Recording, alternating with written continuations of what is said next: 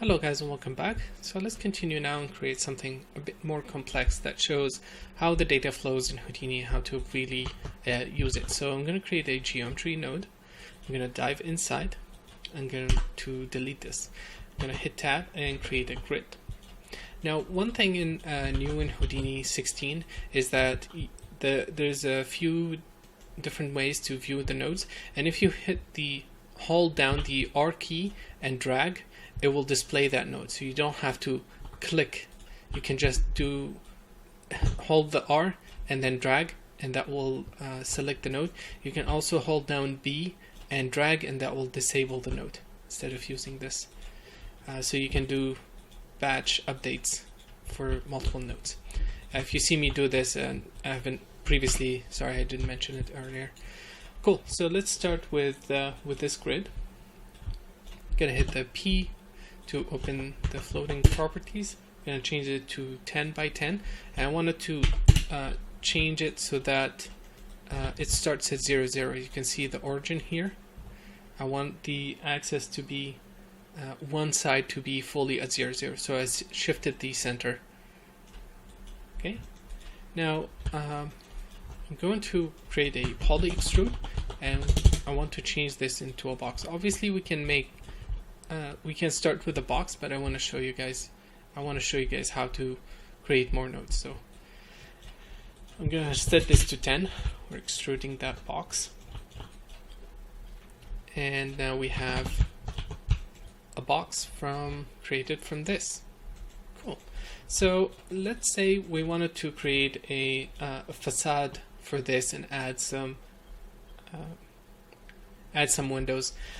I want to delete one side of these guys, and if you guys remember, each face has a normal. So let me create a facet node and post compute normals. Let me change this to flat shaded with wireframe. If you view this, you can see each point is facing specific normals. Okay, and we can use that information to separate these points. Now let me show you guys. I want to isolate this face procedurally without having to select it. I can do this. I can select it, hit tab, and create a blast node, and then change it to delete non-selected. So I'm now left with this, but you see it's based on a primitive number. I don't want that. So I'm going to create a delete node, and this guy has a lot of options. One of them is the normal. So I'm going to go under normal and tick that on. Right now it says delete anything that is facing the z-axis, x, y, z, and the normals are wide open. And if we start narrowing this down, you can see it's deleting less and less. And now it deleted only the primitive that we're interested in. But we don't want that. We want the inverse of that. So I'm going to change this delete selected to delete non-selected. And now we're left with this. Now the reason I did it this way is because we can change we can change the input geometry and it will still work. See, now I've changed the input mesh to 10 by 10 and it just worked. Cool. So let's say we wanted to create some windows, make some holes. I'm going to create a divide node because right now this guy does not have any divisions, and we can add loops to it using a divide node. Now by default it's set to convex, so I'm going to turn this off. I'm going to tick on breaker polygon. Cool. So right now it says to 1. I can scale this and it's bigger, and I wanted to set it to 1.7, 1, 3.4, and 3.4. So we have these guys, and I don't want to. The idea is I want to copy a new geometry onto these points. So I want to isolate all the points that are at the center. I want to isolate all these guys. Now an easy way to do this is using a group node. And what group does is it basically groups the data and stores them into a let's say a collection or a group. You can see if I middle click, it says primitive groups. it's named group 1 and it has 18 primitives. Now I'm not interested in grouping primitives. I want to group points. Okay, you can see now it put all the points into one group. Point groups, group 1, that's the name. Let's say test. It created a test group and it has 28 points, and that's how much how much points we have in the mesh. But I'm not interested in all of it. I just want these guys, the one at the center. And luckily, this node has a feature called include by edge. And if we take that and click unshared edges, it's going to group everything that is at the edges or the boundary of the mesh. Okay, now let's hit create a blast node.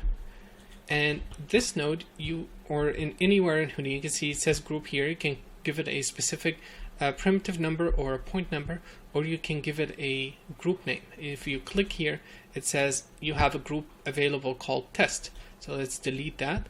You can see we're left with everything at the center.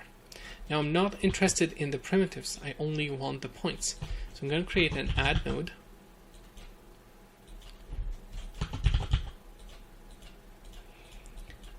And with this add, I'm going to take on delete geometry but keep points. Cool. So that we've deleted everything except these points. Cool. So what I want to do next is I'm going to template this guy. Okay. And now we have these points here. What I want to do is I want to copy a geometry onto each of these points. And we can do that using a copy node. So let me create a sphere, and I'm going to create a copy node. Now there is multiple nodes, multiple types of copies. We're going to use the copy to points, and this takes any geometry and makes a copy and place it at those location. So if you hope over here, it says required primitives to copy this guy, and target points to copy to this guy. And now we have our spheres. But I don't want to use a sphere, I want to use a box. So let's create a box, copy that. Cool. So now we have a geometry. I'm going to scale it. You can see we're creating some geometry windows. And I'm going to scale it this way. And now this is our original geometry. Maybe let's move it to this side. I can shift and hold, and it will drag the whole section from that node upward. Shift click and move. Cool. So now we have this data here. I'm going to create a Boolean node, and I want to compute the Booleans between these two guys. Actually, I don't want to compute the Booleans between all of this, just this face here. So let me move this and connect this. Let's take a look at the result. Okay, let's change this. Treat A as a surface. Let's see, subtract. And now we're subtracting this geometry from this, and that's the result of the Boolean. Let me change this. We can change it to solid, and that will combine both of them as well. So let's keep it this way. And then I want to bevel the edges of this guy. But right now you can see the mesh. This has a lot of n-gons, and the poly bevel to bevel these guys is not going to work well. So we need to triangleize this, and the best way to do this is using a divide node. Okay, and that added the proper triangulation to the mesh. And this is not a perfect ideal mesh, but it's going to work better with the bevel. So let's create a bevel node.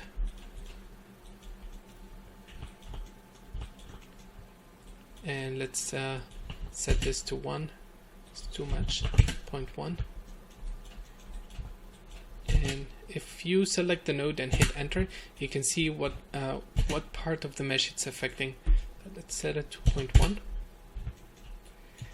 And you can see it's affecting everything now. It has this ignore flat edges, which we can tick, and this will basically ignore any flat edges, and it knows which one to pick. So let's change the mode to round.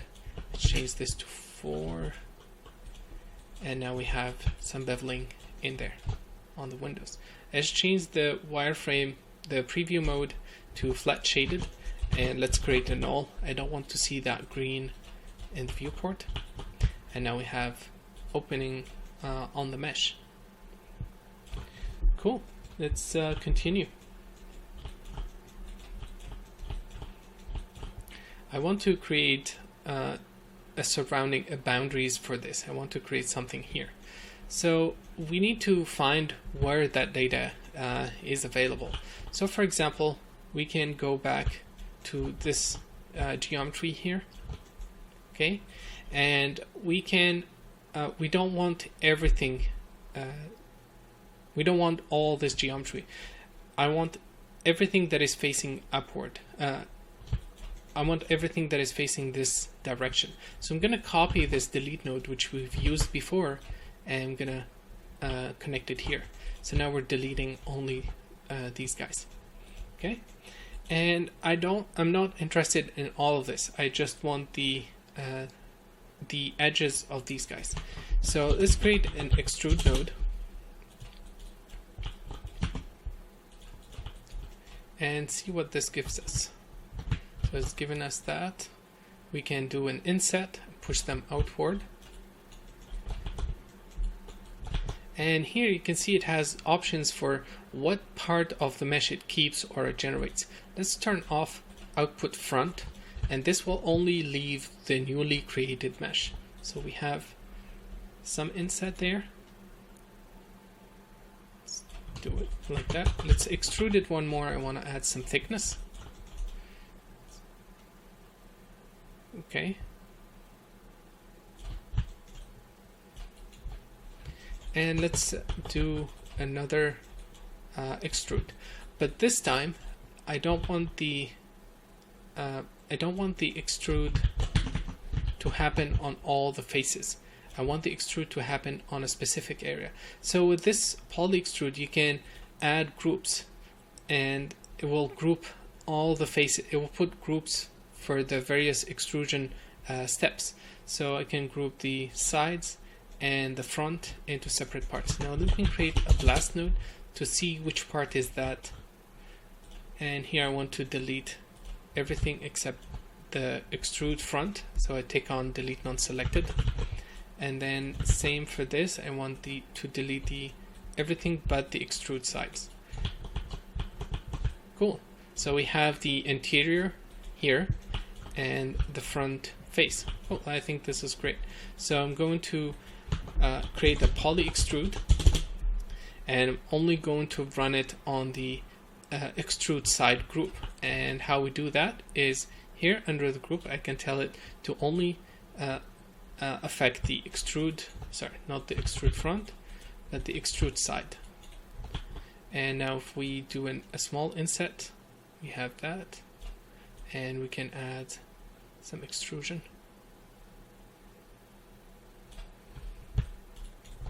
And now we have some surroundings that we can use. I'm going to delete these two guys. And we have this. So let's merge everything together. Let's add a merge node and combine this. Now these guys are away from the window, and I'm going to add a transform node and move them back. Cool. So we have something surrounding these windows. Now I want to add some kind of wood here in these windows. So let's do that.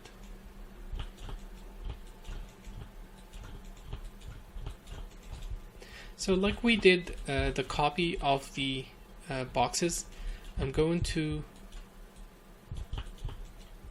take these faces. I'm going to create a null just to keep it organized. Okay, and I want to add some divisions on these guys. I'm going to create a divide node, untick the convex polygon, and use the breaker polygons. And I don't want any X or Z repetitions. I only want something along the y-axis. So I'm gonna set these guys to a high number so we never see any repetition from those axes. And I'm gonna scale this down until I get a lot of primitives. Something like that.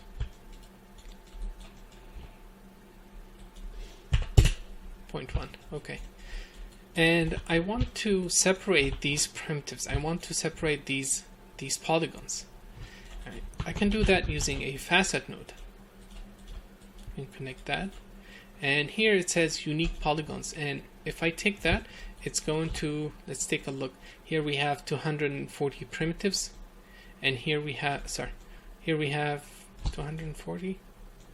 Same. Oh yes, yeah, it will be the same. Sorry, we have 500 points. And now we have 962 points. And the reason for that, let me show you. If I select one of these guys and move it, you can see it's attached to the mesh. If I do it after the facet with the unique points turned on, I will be able to move these guys separately. And what I want to do is I want to scale them based on their local center. So I want to scale each one of them and rotate it. I can do that using a primitive node, and this allows me to do a transformation based on local to each primitive. I'm going to take on do transform. I'm going to scale them on the y-axis. You can see now each one is individual. And I want to rotate them as well along the x-axis this way. Maybe the other way. Cool. Now we have big gaps between them. That's fine. Let's create an extrude. Give them some thickness. Something like that.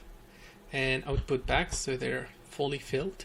And I want to make a copy of them. So I'm going to create a transform node. And let's merge this result with the transform. And let's move it. Cool. So now we have a duplicate and we're filling all the windows. Let's combine this with our final result and see what we have.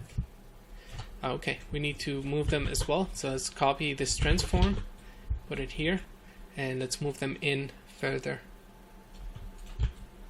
So we have some windows, some wood structure inside.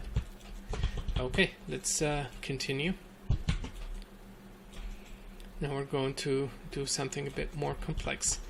We saw how we have these guys, these points. I want to create some kind of poles coming out of here, like a rail or a bridge holding underneath each of these guys. We have these points here. What if we connect them in a straight line and then add a lot of points to that line and then copy a primitive that is pointing outward? Let's do that. Let's connect all these guys with a primitive. Create a line between them. Now how do we do that? We can use an add node. Then this node has a lot of, it can do a lot of stuff. The name is really tricky when it comes to Houdini, and I'll probably talk about this in a separate video, but the best way to memorize what nodes does what is to use them, is to practice with them and create some examples. And the purpose of this workshop is to give you guys the opportunity to see many nodes in Houdini used in so many different ways to create things. And you have to practice, memorize the names, memorize what they do, and then you will start to come up with new ways of using them and combining them. So I'm going to create an add node here. I'm going to go to the polygon tab, and under the by polygon tab you can see it says all points, and now it's creating a primitive between that connects all the points. I don't want that. I'm going to change this, and I'm going to say groups of endpoints, and I can tell it how much points I want to connect at one time, and the number for that is 5 because it's half of the points that we have here, so 5 points. Cool. So if I click, you can see we still have the same points. Now I want to resample this, and what a resample does, it creates resamples the geometry and adds more points to it. This is perfect for any edges or any lines or anything like that. So I'm gonna create a resample, and it's resampling the mesh and adding a point every 0.1 unit based on the length. I think this is great. Let's leave it at that. And I'm gonna make a copy of this box, and I'm gonna create a new copy node. Copy 2 points. I want to copy this new mesh into these guys. And now we have multiple copies. Now obviously this is big, so let's scale it down.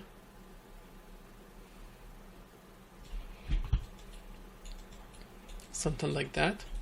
And let's move it. Sorry, not move it. Extend it along this axis, and set this to 1, and let's move this to 0.5, so it moves half a unit. But I wanted to make this extendable. I want to make this flexible, so every time I change this automatically computes. The easiest way to do this is by copying a primitive and pasting it into another one and telling it to always use this value and run an extra math on it if we wanted to. So I can copy parameters and then come to the field that I'm interested in, right click, paste relative reference. Okay, and now let me delete this, and now it's linking itself to that value. If I click here, it will show me the expression. If I click one more time, it shows me the result. I'm gonna look at the expression and type in divide by 2, because I always want half of this to be here. Okay, you can see it here now, it's 0.5, and I can keep increasing this, and you see it's changing as well, so it's always in the correct location. So let's combine this here, and in Houdini 16 they introduced the dot concept. So I'm going to connect this wire. You can see it's crossing everything. I don't want that. I can hold the Alt key and drag, and it will create a dot. And this makes it easier to view the graph. Cool. So now we have lines in there, and we just have to transform them. Let's move them down. Actually, I don't want to transform the boxes. I want to transform them right after I did the add, so the resample recomputes correctly. Same as well for the result here. So everything gets updated accordingly. And let's see. Translate 0. I'm not sure why. Yeah, the resample is changing based on the scale. So let's put it back after the resample, so the result doesn't change. And let's scale them like that. But there, you can see now I'm scaling these guys, these lines here, but they are not scaling based on the center. And what I want to do is I'm going to create a transform node. Click this move to centroid. This will place the points at the center. Create another transform that I'm going to use for the scale. So now I can scale them like that. And then apply the inverse of that transformation. So I'm going to copy this and paste it here, and tick on invert transformation, and this will move it back. So I've done the transform at the local axis, and I can use this to move it here. Let's move it down, and let's scale it in.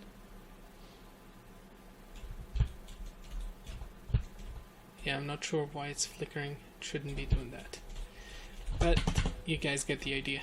So you can see we've created various different parts of geometry. We have a wall, we made some openings in it, and then we made some extra geometry in there. Cool. Now, one very important aspect of Houdini is reusing the data, and you can see how it's splitting here, and I'm processing various data in different ways. This guy, for example, is being used for the Boolean, it's being used to create the windows, and so on and so forth. And this is one of the main core of Houdini and proceduralism in Houdini. So it's very important to make sure that you guys reuse data like that. And I'm going to select these nodes and hit Shift L to align them together. And now that we have everything dynamic, I'm going to disconnect this, right click, disconnect. I don't want this section here. And I'll explain why in a second. And you saw that we've started off with this extrude node. We've based off everything from this guy, based on this guy, based on this extrude. So let's say we wanted to increase the extrude. Nice. So it's working. So every time we increase the count reasonably, it adds a new floor. Let's set it to 20. Cool. So let's set it to 40. Nice.